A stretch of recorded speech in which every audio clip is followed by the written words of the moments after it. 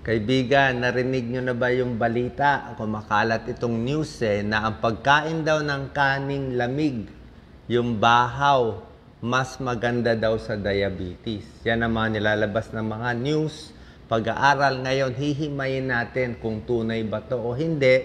Dapat ba tayong maniwala at ano gagawin natin? Siyempre ako, bilang internist and cardiologist, pag meron tayong nakikitang ganitong balita, tingnan natin. Maganda ba yung pag-aaral? Tunay ba? Wala bang side effects? Wala bang problema pag puro kanin lamig ang kakainin mo? Baka sumakit ang tiyan mo, malamig to, di ba? Kung puro tutong ang gusto natin, yan, no? So, maganda ba sa diabetes? May danger ba pag hinayaan mo matagal? Baka magkaroon ng mga bakterya? Tingnan natin. Bukod sa kaning lamig, itong pag-aaral, ni-research ko, pwede rin pala to sa pinalamig na pasta or spaghetti. Ayon sa pag-aaral, posibleng maganda rin sa diabetes. Kahit patatas, french fries, sobra init, mabilis magpataas ng blood sugar. Pero pag ginawa mong potato salad na malamig, mas mabagal ang taas ng blood sugar. Tunay ba? Actually, medyo tunay. Ito yung mga pag-aaral. Pakita ko na sa inyo. Kasi pag babasahin nyo lang yung news, kala nyo gano'n nakalaki yung pag-aaral. Actually, pag-aaral, dalawa lang at maliit. 2015 yung unang pag-aaral. Epekto ng pinalamig. So, yung kanin na sinaing, kinain na muna. Yung natira, pinalamig nila sa refrigerator. Yan, Merong rice na mainit, kinain ng tao. May rice na room temperature lang, iniwan lang. May rice na pinalamig sa 4 degrees. So, malamig yung ref niya. Halos freezer na to, 4 degrees. So, dito sa tatlo, ano yung mahina magpataas ng blood sugar? Nakita nila, dito sa bagong sinaing, taas ng blood sugar. Kasi nga kanin Diba? Kanin nakakataas ng diabetes. Yung pinalamig konti na bahaw, mas mababa ang taas ng blood sugar. Ayan, 1.3 lang, mas mababa. Pero, yung pinalamig sa refrigerator, tapos ininit ulit, yun ang pinakamababa at pinakamaganda sa diabetes. Pero, dapat natin tandaan, 15 people lang pinag-aralan. Kung sa mga pinag-aaralan namin yan sa PGH, o sa UP, siyempre sabihin 15 lang yan maliit pang pag-aaral. Inulit noong 2022 April, okay? Sa diabetes naman nila pinakain, 32 patients, mas marami na. So, yung isang kanin, mainit. Yung kalahating grupo, pinakain ng pinalamig na naman yung kanin. 4 degrees, malamig na lamig yan. Almost malamig na ref yan. Tapos, ininit nila, pinakain, chinek yung blood sugar after 3 hours. Ano nakita? Yung kumain ng kaning mainit na masarap, mataas ang blood sugar. Malaki tinaas. Pero yung kumain ng pinalamig na kanin, mas hindi tumaas ang blood sugar. Mas maganda. So, pag hindi mas mataas ang blood sugar, less complication, less heart attack, less stroke, most likely. So, anong explanation? Papaliwanag ko sa inyo. Ito yung paliwanag.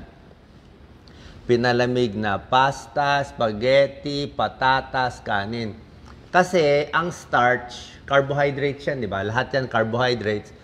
Dikit-dikit yan na glucose molecule. Parang dikit-dikit sila pag hilaw. Pag niluto mo itong kanin na mainit na kanin, french fries, mainit na spaghetti, mainit na pasta, itong glucose na nakadikit, naghihiwalay. Kasi ininit mo Pag naghiwalay siya, tapos kinain mo siya, di mabilis siya ma-absorb. Ang sabi nga dito na isang researcher, parang uminom ka daw ng soft drinks Kasi hiniwalay mo na yung kanin Hiniwalay mo na siya, di ba? Pero busog ka naman, kalmado naman tiyan mo, happy ka. Happy ka, pero mataas lang ang sugar mo. Yun lang ang problema. Ngayon, pag pinalamig mo siya, yan, bahaw, pinalamig mo, ginawa mong salad, naging cold mo na siya, Pag pinalamig mo siya, yung naghiwalay, niluto mo, naghiwalay na yung glucose, di ba? Mabilis ma-absorb. Magdidikit siya ulit. Magiging resistant starch siya ulit. So, pag mainit ang kanin at itong mga iba, mataas yung glycemic index. Di ba tinuturo ko sa yung glycemic index? Yun yung masama. Pag pinalamig mo, didikit siya ulit, mabagal ulit yung absorption. Good for diabetes. Again, mabagal. So, ang secret, ay naman natin kumain ng malamig na kanin, palamigin mo daw muna, pag malamig na, initin mo na lang. Kasi kahit initin mo, nakadikit na siya. Parang hindi na maghihiwalay ulit eh. Parang paste siya, nagdikit na siya. Oh. Meron tong theoretical explanation. Sabihin, sa teorya, may ibig sabihin, sa research, kahit maliit, may ibig sabihin din. Ito yung tinuturo kong glycemic index. Pakita natin, Doc Lisa. Pag ininit lang yung kanin, no, ang taas ng glycemic index, so 64. Basta lampas 50, mata yan, 64. Patatas, ang taas, so 87 ang taas. So lahat to pampataas ng blood sugar. Kaya nga, gusto mo nga palamigin siya para bababa tong numero. Tignan mo ang gulay. Lahat ng gulay, broccoli, celery, cucumber, 15 lang ang glycemic. Kahit kumain ka ng marami nito, hindi tataas ang blood sugar mo. Ayan, no? Pero kung kumain ka ng pineapple, pakwan, ang taas din ng glycemic, Apple lang ang mababa at suha. Di ba? Alam niyo naman, apple suha, hindi matamis. Good. Gulay. Pero itong kanin na gusto natin, pag pinalamig mo, mas maganda. So, mukhang maganda nga siya. Okay? Pero syempre, lahat ng bagay, merong pros and cons. Pag sa Amerika, marami ring mga pangyayari. Actually, sa Amerika, merong 64,000 cases of food poisoning from malamig na kanin. 64,000 cases na nagkakaroon ng food poisoning sa reheated fried rice. Bawal yun pag ininit mo. Kasi nga, ang payo sa atin, pag yung kanin iniwan mo sa hapagkainan ng lampas 2 hours, mainit pa sa Pilipinas, tutubo na itong mga bakteryang to. Deadly to Bacillus cereus. Okay, di ba misa kumain tayo ng lumang pagkain na iniinit natin tapos magtatai tayo. Ang problema dito, ang risk for cold rice, sa Amerika to, Bacillus cereus, pero palagi ko meron din yan dito. Kahit lutuin mo siya, spore siya. Kahit lutuin mo yung kanin, gawin mo pang sinangag, hindi siya namamatay. Ito, it survives cooking pag tumubo na siya. So, yan lang ang problema natin. Pag mahina immune system mo, matanda, senior, sobrang bata, buntis, may ibang mga sakit, pag tinamaan ito, delikado, baka matsambahan kayo. Kaya ano papayo ko sa'yo? Hot rice o cold rice? Pag hot rice, konti na lang ang kainin mo. Kung wala naman diabetes. Kung wala kang diabetes, konti na lang. Half cup lang. Like kanina, half cup lang kinain ko. Diba? Tapos nilalagay ko na lahat. Pag pinalamig, initin mo konti, okay din. Pero siguraduhin mo, ligtas. Diba? Siguraduhin mo, ligtas. Diba? Lagay nyo na lang sa ref. After 2 hours, dapat nasa ref. Initin mo na lang ulit. Mas better pa, di ba? So, pwede rin to sa pasta. Pwede rin sa spaghetti. Pwede rin sa patatas. Actually, pwede rin daw sa bread. Sa bread, yung bagong mainit na, di ba, sarap ng hot pandesal. Oo, hot pandesal, sobra sarap. Mataas pala yun. Mabilis magpataas ng blood sugar. Pag pinalamig mo, pangit na nga, kaya lang, a little better. Ayan, may isang pag-aaral pa to. Pinalamig yung pasta, mas hindi tumaas ang blood sugar. Maraming pag-aaral siya. Yan. Kaya ang recommendation nila, imbis na hot pasta spaghetti, palamigin muna bago initin. Kung diabetic. Kung patatas na french fries, palamigin, initin. Di ba nga, pag pinalamig mo yung french fries, ang tigas na, di ba? Pangit na ng lasa Kaya lang, pangit na nga lasa nito.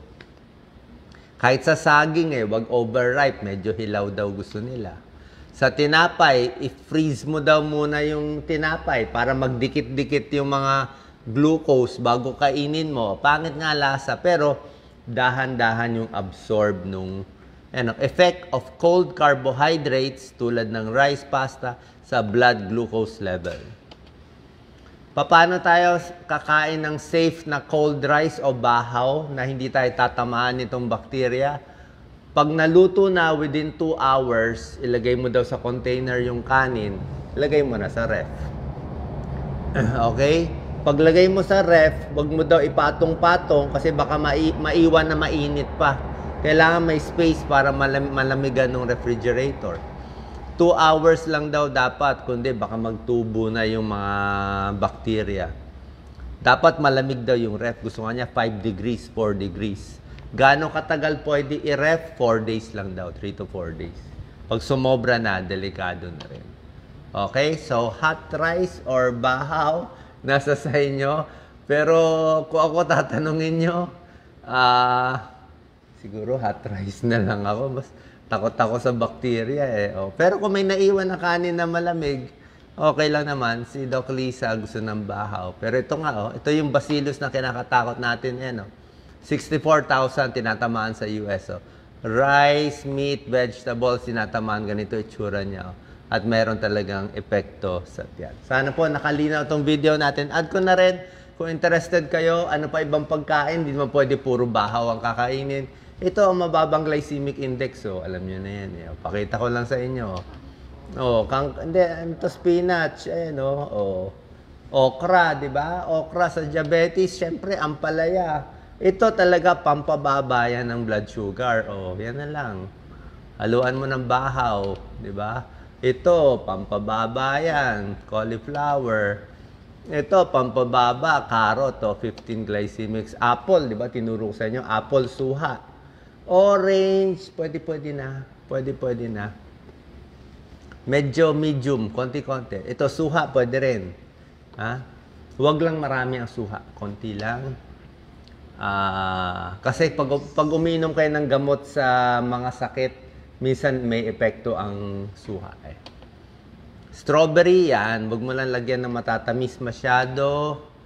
Tomato, pwede yan. Safe naman yung mga buto, hindi yan appendicitis. Isda, okay? Bangus.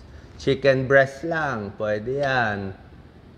Bread, wheat bread, pero pag pinalamig, mas maganda. Beans, okay lang ang beans. Tofu, oatmeal, di ba? Yan ang mga gusto natin. Green tea, yan ang mga good. Yung mga good lang papakita ko. Apple cider, suka. Tubig, pinakamaganda sa lahat. Tapos dito lang sa saging na medyo nandito lang tayo. Pag ganito na, bawal na sa diabetes. Okay? So sana po nakatulong to. Ito ang bawal lahat. Okay?